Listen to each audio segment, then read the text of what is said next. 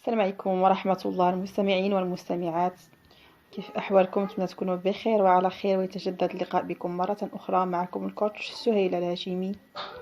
مرحبا بكم في فيديو آخر وموضوع آخر كسائر المواضيع التي تطرقنا إليها فيما مضى وكذلك مستقبلا بإذن الله.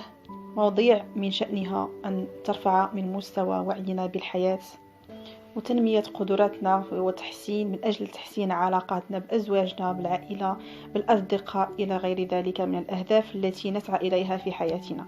موضوع اليوم نتحدث عن قانون التركيز ودوره في تدمير العلاقات، أو العكس، تحسين العلاقات واستمرارها وتقويتها. كثير منكم سوف يتساءل: ما هو قانون التركيز ومن أين جاء هذا القانون؟ ليس هناك قانون تركيز فقط، بل هناك قوانين كثيرة، قوانين كونية، أو ما يسمى البعض يسميها قوانين الحياة، وهي قوانين الروحانية لا يمكن الإنسان أن يتحكم بها أو يتحايل عليها. هذه القوانين تسير في الاتجاه الذي يقرره الإنسان بأفكاره، وتسمى كذلك بقوانين العقل الباطن. هناك العقل الواعي والعقل اللاواعي. العقل اللاواعي هو الذي يسمى بالعقل الباطن. العقل الباطن أو اللاشعور أو اللاوعي هو مجموعة الأفكار والطبائع والأحاسيس والصفات اللي كتكون منها الشخصية ديال الإنسان. من هذه الطبائع وهذه الأفكار ما يعيه الإنسان، وتلك التي يعيها الإنسان تسمى أو موجودة في الوعي، في العقل الواعي للإنسان. أما تلك الطبائع والأفكار والأحاسيس التي لا يعيها الإنسان وهي موجودة في باطنه، في عقله الباطن متواجدة، تلك التي لا يعيها تتواجد في عمقه، في عقله الباطن. إذن العقل الباطن له قدرة هائلة ونعمة كبيرة من الله سبحانه وتعالى. له قدرة هائلة على تخزين مليارات الأفكار. مثلا إلا خديتو شي كتاب وقريتوه، ما يمكن لكم العقل الواعي ما يمكنلوش يستوعب ويفهم أكثر ويخزن أكثر من 7 ديال المعلومات، بينما العقل اللاواعي يمكن له يخزن ديك المعلومات اللي قريتها ديك الكتاب كامله، ولو انك نقولوا لما كتحاول تذكرها ما كتذكرهاش، ولكن راها مخزنه في العقل الباطن، في يوم من الايام غادي يطلع. بينما باش المعلومات، دوك 7 المعلومات اللي انت قادر انك تذكرهم، هما موجودين في عقلك الواعي. إذا بعد ما خديتوا فكرة على ماهية قوانين ما هي قوانين العقل الباطن وما معنى عقل الباطن وما الفرق بين العقل الواعي واللاواعي، ندخلوا في صلب الموضوع ونهضروا على القانون ديال التركيز في هذا الفيديو. من بعد نهضروا على القوانين الأخرى وكنشوفوا كيفاش كتأثر على حياتنا. قانون التركيز شنو تيقول لك؟ أي شيء تركز عليه، تفكر فيه أكثر من مرة إلى درجة أنك تتركز عليه، يكبر ويزداد من نفس النوع، وكيأثر على الحكم ديالك على الأشياء وفي الأحاسيس ديالك وكذلك في السلوك ديالك. هذا القانون كذلك تسبب لك 3 ديال الأشياء: يلغي، يعمم، ويسبب لك تخيل. نعطيكم مثال باش تفهموني مزيان. خرجتي مثلا مع صديقة ديالك أو خرجت مع صديق ديالك عزيز عليك وعزيزة عليك، وفرحانين بديك الخرجه ومتشوقين فوقاش تلقاو مع بعضياتكم وتهضروا وتعاودوا. تلاقيتوا، اختلفتوا في شي فكره، صافي وقع خلاف، دابزتوا، كل واحد مشى بحال.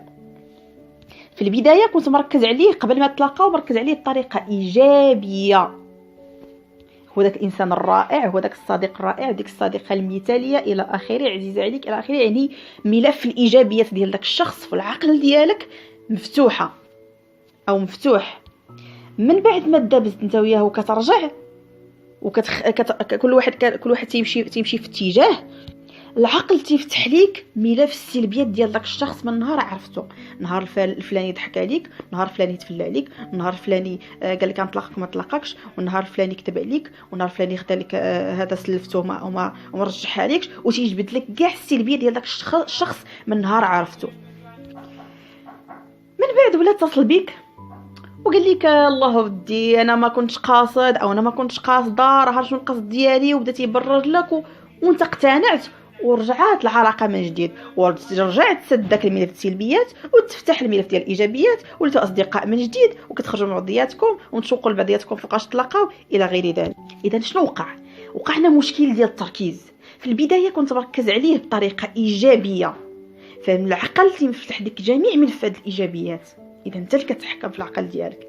ابخي من بعد ما درتو العقل سد كاع ملف الايجابيات، وبقى تيبان عندك داك الشخص ولات عنده صفحه سوداء ما فيه حتى شي حاجه ايجابيه، نسيت كل شيء، كتمركز غير على الاشياء السلبيه فيه. ابخي من بعد ما اعتذر ليك عاوتاني العقل رجع سد الملف ديال السلبيات وفتح الايجابيات واستمرت العلاقه بيناتهم. واش لاحظتوا القدره ديال هذا القانون على انه يا اما يدمر لك حياتك يا اما يحسن لك العلاقات ديالك ما بين الناس.